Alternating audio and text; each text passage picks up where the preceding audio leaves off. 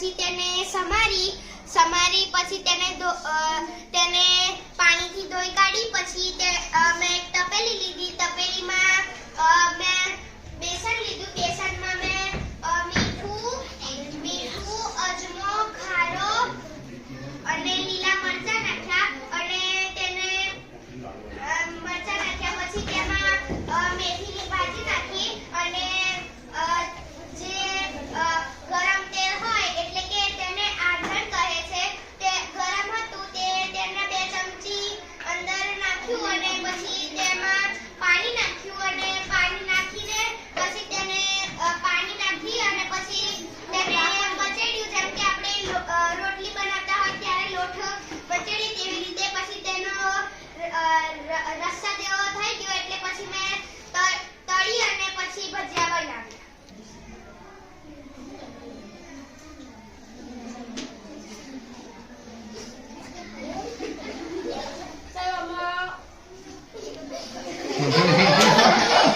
હા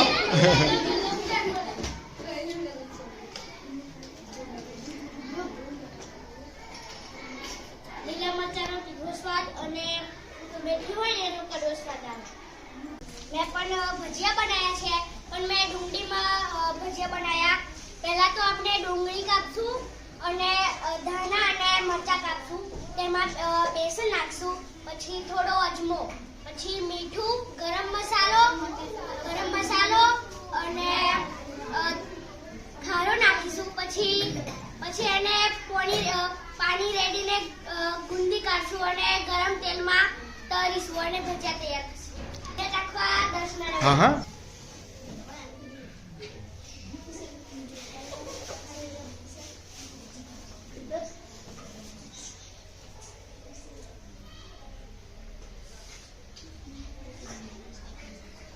આમાં ડુંગળીનો સ્વાદ આવે છે. ઓકે. ડુંગળીના સિવાયની કઈ કઈ વસ્તુ એવી છે કે જે આને નાખી હોય ને એનો ટેસ્ટ આવતો હોય?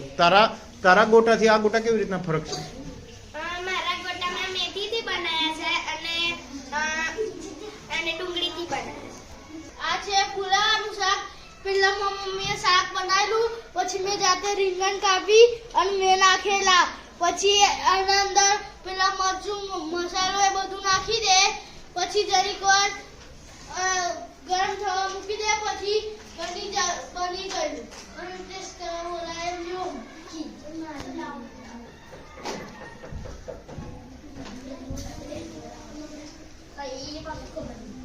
એમાં તીખો સ્વાદ અને બટાકાનો સ્વાદ આવે. મીઠું બધા મસાલામાં કયા મસાલામાં કયા લસણ મીઠું પછી રીંગણ ધાણા અને બટાકા અને ફ્લાવર. આ મગફળીના લાડવા છે. આ મેં અને મારી બંને થઈને મગફળી ફોલી પછી એ મગફળી જે હતી એને વાટી અને પછી ચૂલા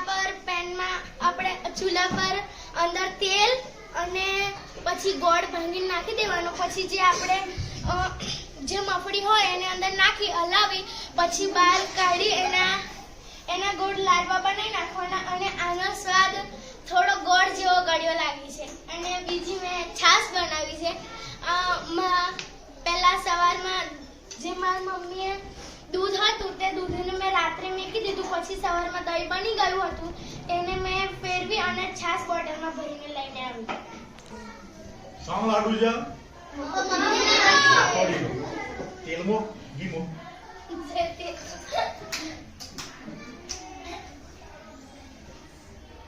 સ્વાદ સરસ છે. ગોળ શું બનાવે છે?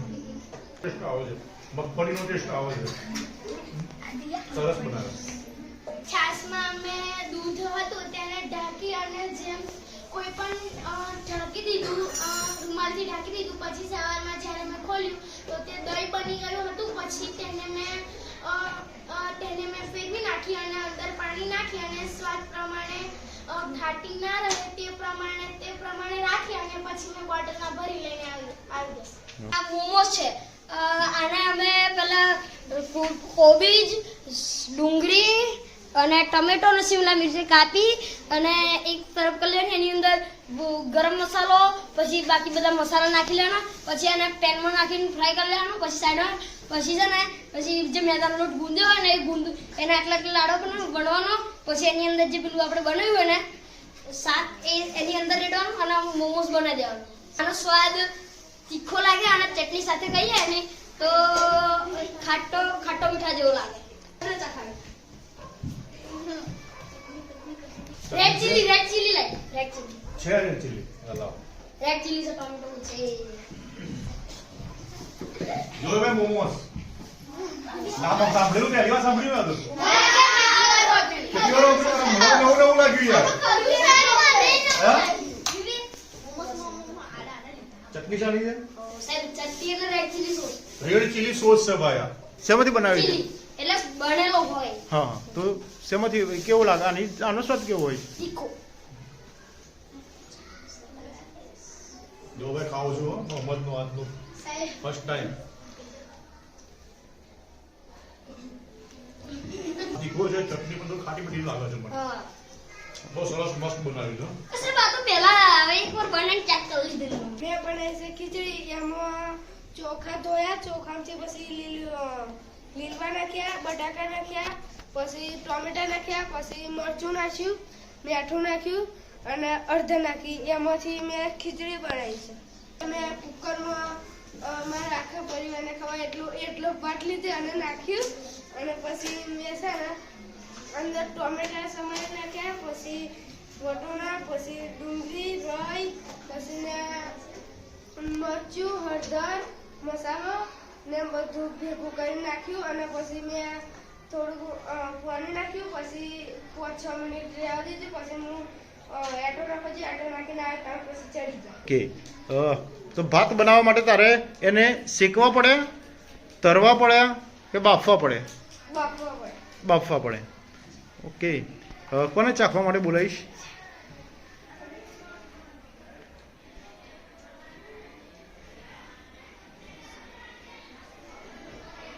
મસ્ત છે પણ એક વસ્તુ અને જરીક તો ચોખા ખરું ને કાચા છે અને એમાં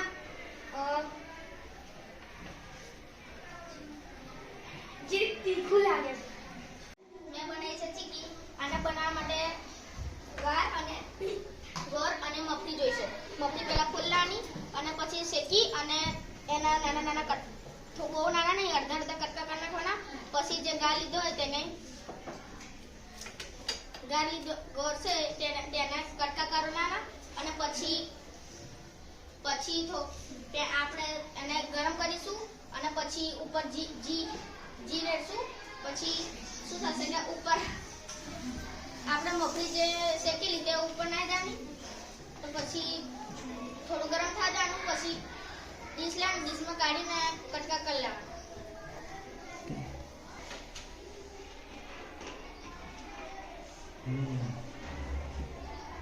ગળ્યો સ્વાદ છે ગળ્યો છે જે ગોળ અને ચાવી એટલે પેલા ગોળનો સ્વાદ આવે છે પછી વધારે ચાવી એટલે સિંગદાણાનો પણ સ્વાદ આવે છે અને એકદમ શેકાયેલું હોય એ રીતના ખૂબ મજા આવે એવો ચીકી બનાવી હોય શાબાશ સરસ સરસ આનું નામ મકઈનો ખાટો લોટ મેં પહેલા લીલા મરચા વાટી કાઢ્યા પછી ધોણા કાપી કાઢ્યા પછી મારી મમ્મીએ કઢાઈ મૂકી રઈ જીરું નાખી તેલ નાખ્યું થોડું પછી બેસન અને દહીં ભેગું કરી પાણી વેડી મિક્સ કરી દીધું પછી કઢાઈમાં નાખ્યું કઢાઈમાં જરા કલાઈ પછી મેં મકાઈનો લોટ ચાલી કાઢ્યો પછી મમ્મીએ કઢી હલાવી પછી મેં મકાઈનો લોટ કઢાઈમાં નાખી દીધો પછી થોડી વાર હલાવા દીધો પછી ગેસ બંધ સબ નહીં બરાબર બને દાણા વધારે આવે છે દાણા અને લોટ તો શું કરવું જોઈએ આને થોડું મરચું આનું નામ ઘઉંના લોટનો શીરો છે આમાં પહેલા પાણી લેવાનું પાણી થોડું થોડું ઉકળવા દેવાનું. ગરમ થાય એટલે તેમાં અજમો અને મરચું નાખી દેવાનું અને મીઠું. પછી તે ઉકળી જાય એટલે ઘઉંનો લોટ ચારી અને નાખી દેવાનો. તે આપણે 2-3-5 મિનિટ સુધી વેલણથી હલાવીશું અને પછી તે કમ્પ્લીટ થઈ જાય અને તેને ગેસ બંધ કરી દેવાનો અને પછી ડબ્બામાં ભરી દેવાનું.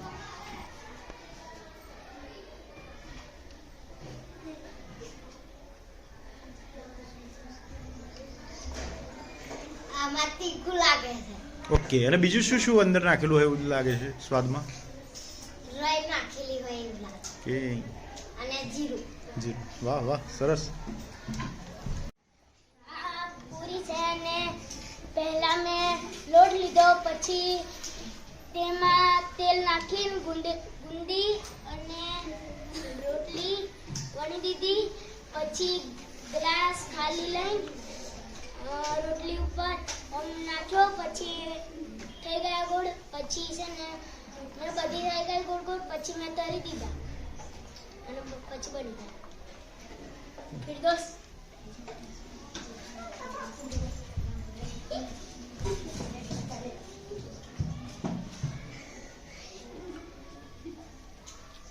કાજી કાજી લાગે છે. અંદર બીજું શું શું નાખેલું હોય એવું લાગે છે? કાજી લાગે, મીઠું નાખેલું એવું લાગે. તેલ મીઠું, તેલ એટલે તળેલી છે એટલે તેલ લાગે છે. પેલા થોડીક વધારે તેલ દે, કડક કડક લાગે. ઓકે,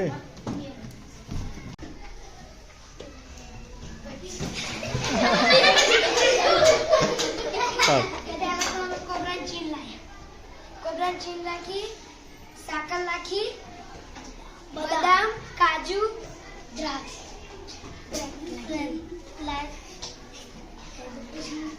ઘી, ગુંદર, ઘઉંના લોટનું કાકડી. ઓકે. કશું રહી જાય છે વિવેક અંદર? ઓકે, આગે શું કર્યું બધાનું? કોણે કોણે શું કરેલું, એ કેવી રીતના મદદ કરેલી? બધું ભેગું કરી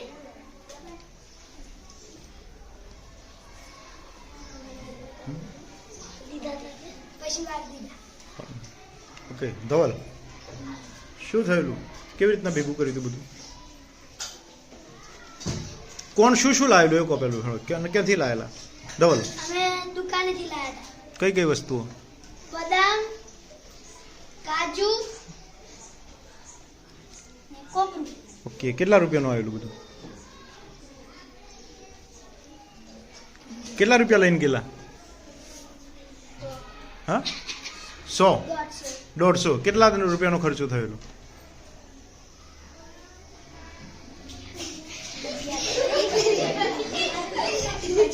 આ બોલે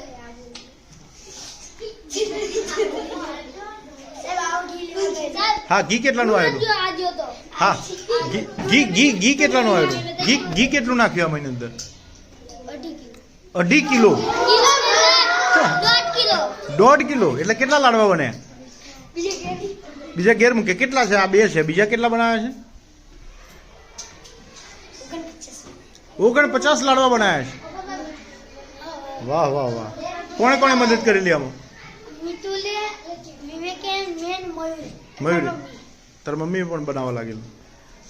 ખાઈ જોયેલા તમે આના લાડવા? વિવેક, કેવા લાગતા હતા ખાવામાં? ગળ્યા. બીજું કયો કયો ટેસ્ટ આવતો હતો અંદર? સાકરનો. આના જેવી કઈ વસ્તુ આવે છે કે આના જેવો ટેસ્ટ આવતો એવી બીજી કોઈ? સુખડી. શાબાશ, સરસ લાડવા બન્યા લાગે છે. બીજું કોણ?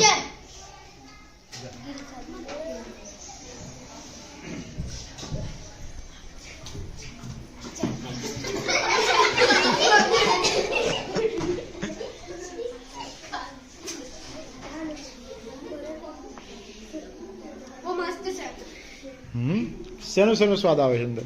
સુખડી અને સુખડી નાખીશ તમે? સુખડી જેવો સ્વાદ આવે છે. સુખડી જેવો સ્વાદ આવે છે એટલે કઈ કઈ વસ્તુનો સ્વાદ આવે છે?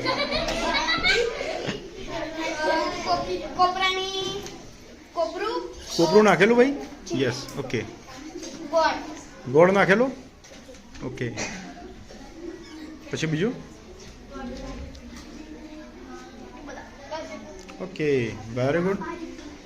વિવેક, બીજા લાડવા બનાવવાના થાય તો ઓર્ડર આપવો પડશે વિવેક. જો મિત્રો, લાડુ બનાયા છે. ઘઉંનો કકરો લોટ લીધો હતો, એને થોડું દૂધ નાખી, થોડું તેલ નાખી, એને થોડું બોળ્યો, પછી ગરમ પાણી કરી અને એનો લોદા બનાવી, જેને આપણે મુઠિયા કહીએ છીએ, મુઠિયા વાળા. ત્યારબાદ એના તેલમાં મેં તરી નાખ્યા. તેલમાં તરી નાખ્યા પછી મેં એને ખોંડણીમાં ખોંડી નાખ્યા મુઠિયાને, અને ચારની વડે ચારી એનો ઝીણો ઝીણો ભૂકો બધો અલગ કરી દીધો. અને ત્યાર પછી એની અંદર જે નીચે જે માવો થયો, જરૂર પૂરતી અંદર દરેલી ખોંડ ઉમેરી અને બંને મિક્સ કરી. ત્યાર પછી મિક્સ કર્યા પછી અંદર મેં ઘી નાખ્યું. ઘી નાખ્યા પછી એની અંદર બધા સૂકા મેવા અંદર મેં કાજુ, દ્રાક્ષ, બદામ આ મિક્સ કરી બધું અંદર વાટી નાખી દીધું. અમદ આવે, ગુંજન આવ્યો. કેવો લાગે છે કે છે બધો? મસ્ત લાગે છે. મસ્તનો મતલબ મીઠો. હા, પછી બીજો કયો કયો વસ્તુનો ટેસ્ટ આવે છે અંદર?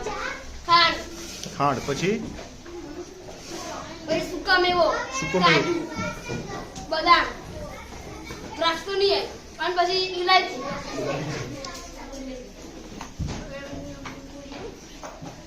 એવો સ્વાદ આવે. ઓકે. મસ્ત લાગે. ઓ આવું પડશે. કઈ કઈ વસ્તુઓ એવી બની અથવા કોણ એવી વસ્તુ બની લાવ્યું કે જેમાં શેકવાની જરૂર પડી?